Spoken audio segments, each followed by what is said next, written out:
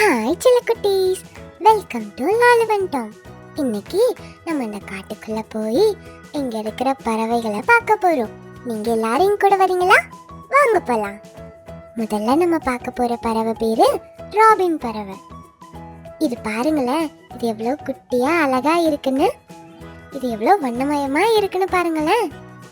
அடுத்ததான் நம்ம பார்க்க போற பறவை கிளி. இதுவும் இங்க பாருங்க, நம்ம முன்னாடி ஒரு அழகான கிளி இருக்கு. அதோட மூக்கு எவ்வளவு சிவப்பா இருக்கு பாருங்களேன். உங்களுக்கு ஒன்று தெரியுமா? கிளி ரொம்ப புத்திசாலி.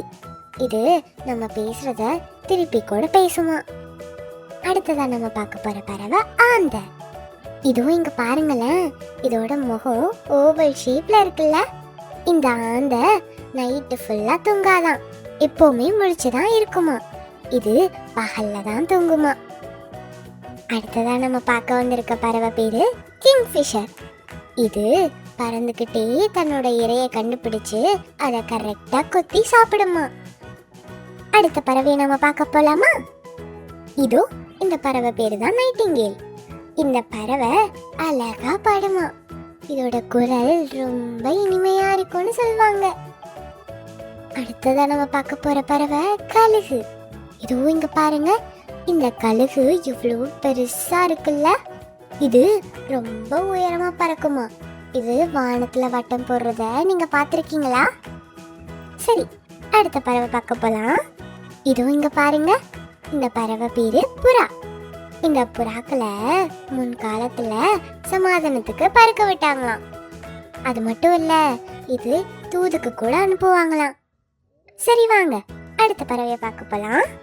இதோ இந்த பறவை பேரு அன்னம். இது தண்ணியில தான் இருக்கும். இது எவ்வளவு வெள்ளையா அழகா இருக்குல்ல. இதோட கழுத்து பாருங்க, இவ்வளவு நீளமா இருக்குன்னு. அன்னப்பறவைய தூய்மைக்கு ஒரு எடுத்துக்காட்டா சொல்லுவாங்க. இங்க பாருங்க, இந்த பறவை பேரு தான் மரங்கொத்தி. இது மரங்களை கொத்தி அதுக்கு நடுவுல இருக்கிற பூச்சிகள் வண்டுகள் எல்லாம் சாப்பிடும். இது மரங்களை கொத்துறதுக்காக இதோட மூக்கு ரொம்ப ஸ்ட்ராங்கா இருக்குமா. சரி, அடுத்த பறவை பார்க்க போலாமா? இதோ இந்த பறவை பேரு தான் காகம். இந்த காகமை நான் நிறைய இடத்துல பார்த்திருக்கேன். இந்த காகங்கள் ரொம்ப புத்திசாலியானதான்.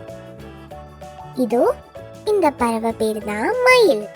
மயில் நம்ம தேசிய பறவை. ஆண் மயில்களுக்கு தோகை இருக்கும்.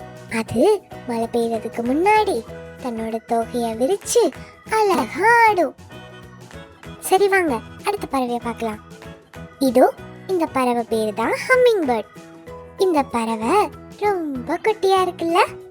இது பூக்கள்ல இருக்கிற தேன்களை தன்னோட மூக்கால அழகா எடுத்து சாப்பிடும். சரி வாங்க, அடுத்தது பார்க்கலாம். அடுத்ததான் நம்ம பார்க்க போற பறவை பேரு பருந்து. இதோ இங்க பாருங்க, இது பார்க்க கழுகு மாதிரியே இல்ல, ஆனா இதுக்கும் அதுக்கும் கொஞ்சம் வித்தியாசம் இருக்கு. இதோட தலை கொஞ்சம் குட்டியா இருக்கும். இதுவும் கழுகு மாதிரியே வானத்துல உயரமா பறக்கும். இதுவும் இங்க பாருங்க, இங்க ஃப்ளமிங்கோ பறவைகள் நிக்குது.